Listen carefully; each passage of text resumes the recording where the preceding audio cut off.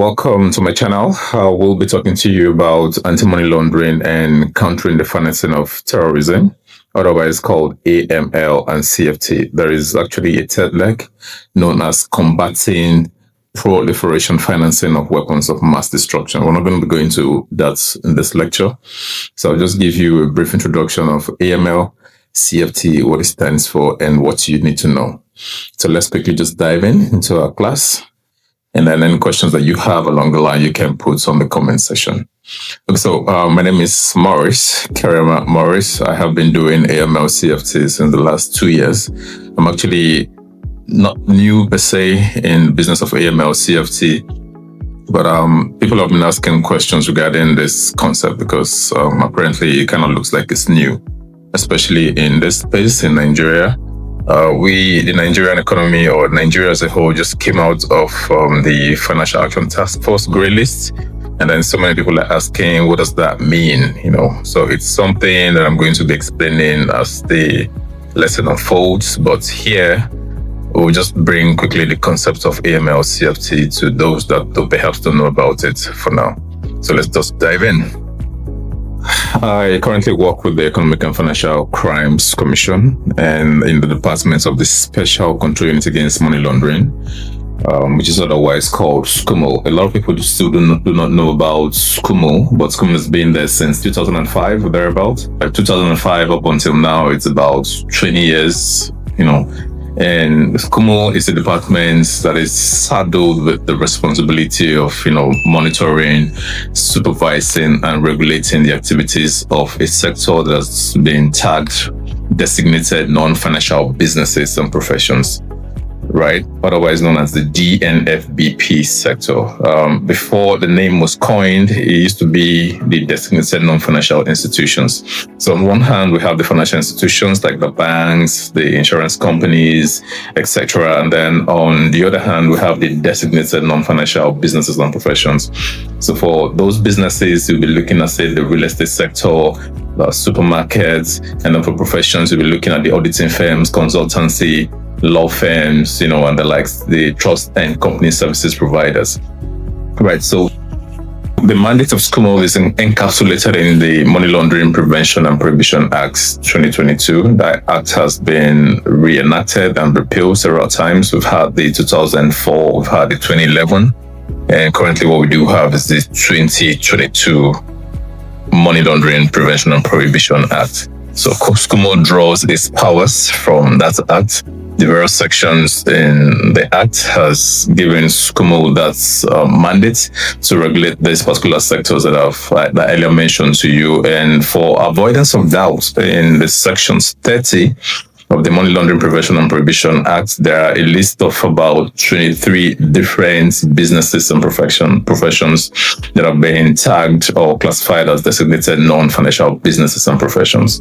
Right, so just in case if you're in doubt and your kind of business that you do, you want to find out if you fall under the purview of the regulation and monitoring and supervisory arm of Scuml, then you can go to that Money Laundering Act and check for yourself. But just to mention a few of those businesses and professions, I already told you there is the real estate, there is construction companies, car dealerships, supermarkets, clearing and forwarding companies or agents or agencies. We have travel and tours companies. We have luxury firms, those that are into luxury businesses. We have the auditing firms. We have law firms, consultancy, accounting or accountancy businesses. So many of those kind of businesses fall under the purview of Scuml. Okay, so what is AML and what is CFT? AML stands for anti-money laundering, while CFT is combating the financing of terrorism. And these are the legal frameworks, the institutional frameworks the policies, procedures that's, as a business or as an entity or even as a country, basically that you would want to put in place to safeguard your business or your institution against the attack of money launderers or terrorist financiers, right? So these are the measures that you put in place to safeguard your business. One, to prevent money laundering activities. Two, to detect money laundering activities when they have taken place. And then three, to report money laundering activities. And these policies and procedures are from the Financial Action Task Force methodology. There are basically two methodologies by the Financial Action Task Force. I'm going to talk about the Financial Action Task Force, or the FATF, in subsequent series. But in this series, I'm just going to tell you a bit of their methodology. The methodology are basically two. We have what is called the technical compliance and also what is called the effectiveness. So what is technical compliance? Technical compliance would be the legal framework or institutional framework that you as a business or an entity is required to put in place to do three things basically. One, prevent, detect, and to report money laundering activities. And also the institutional framework would be that you have institution within your country or your institutions that you have put in place to be able to fight this money laundering or terrorist financing activities. The technical compliance also acts as the foundation within which a country's regulatory framework, institutional framework, is used to assess the country's AML, CFT, and CPF systems. What I mean AML, CFT, CPF, I'm talking anti-money laundering, countering the financing of terrorism, and combating proliferation financing of weapons of mass destruction. Okay, so the technical compliance also refers to whether a country or its jurisdiction has the laws, regulatory frameworks, institutional frameworks to be able to implement the Financial Action Task Force 40 recommendations.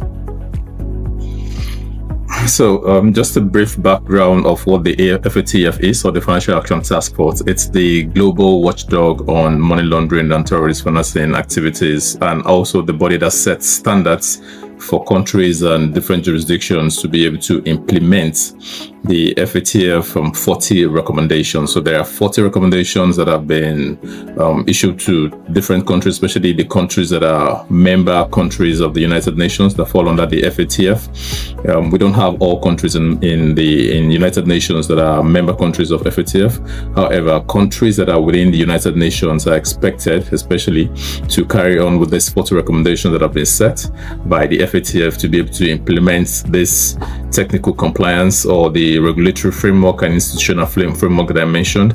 And also there's what is called the effectiveness. So the effectiveness is on 11 immediate outcomes, right? These 11 immediate outcomes, or they call them the IOs, sets of outcomes for a robust money laundering, terrorism financing, and proliferation financing of weapons of mass destruction. 11 immediate outcomes are usually used by assessors to be able to assess a country's anti-money laundering, countering the financing of terrorism, and combating the proliferation of financing of weapons of mass destruction systems, to see how the technical compliance, which are the laws or the regulatory framework or even the institutional framework, how effective they are to combat AML, CFT, and CPF issues within that country. I'm going to deal extensively on the FATF methodology in subsequent series, but because this is just the introductory aspects of this lectures one, we're going to cut this discussion short here and maybe talk about other things that you might perhaps want to know regarding Scuml's operation, as well as the AML, CPF, and CFT systems and procedures.